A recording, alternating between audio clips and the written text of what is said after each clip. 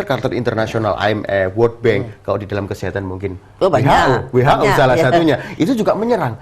Ibu bagaimana kalau di tengah arus gini? Wah, ini bukan hanya dari luar yang menyerang, Bu, tapi dari dalam mereka juga mempunyai epistemis neoliberalisme. Jadi pertama kali saya untuk menantang arus neolib ini, kalau saya ceritakan banyak sekali. Pertama, saya betulkan dulu status rumah sakit yang akan diprivatisasi. Rumah sakit itu akan diprivatisasi pada waktu saya baru 2 bulan menjadi Menteri Kesehatan. Itu rumah sakit pemerintah diprivatisasi? Yes.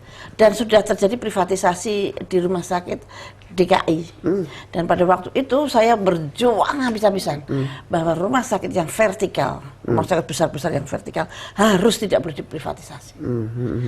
Semua rumah sakit di Indonesia harus tidak boleh diprivatisasi, apapun juga alasannya. Karena dengan privatisasi, maka rumah sakit itu akan mudah untuk dibeli oleh orang lain, oleh bangsa lain. Dan yang kalau modal besar, semua rumah sakit dibeli bangsa lain, kemana rakyat saya akan berobat? Pasti hanya rakyat saya yang punya uang yang bisa berobat. Maka pada waktu itu saya berjuang habis-habisan karena semua orang tidak sadar. Semua orang pilih bahwa rumah sakit lebih baik di BUMN kan. Nah, saya dikatakan bahwa kamu tuh goblok. Rumah sakit itu kan kalau di BUMN kan enak. Pemerintah tidak mensubsidi. Menurut saya pemerintah harus mensubsidi.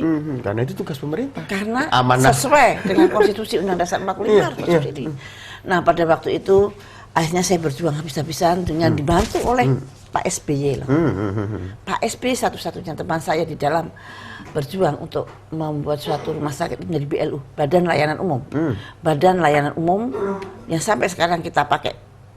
Maka batallah PT rumah sakit, semua rumah sakit pemerintah tidak boleh PT, harus BLU.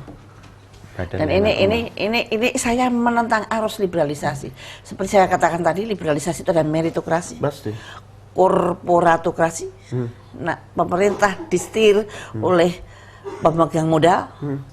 Kemudian yang ketiga, meminimalisasi peran pemerintah di dalam melayani rakyatnya. Yang terjadi adalah daulat pasar dibandingkan daulat pemerintah.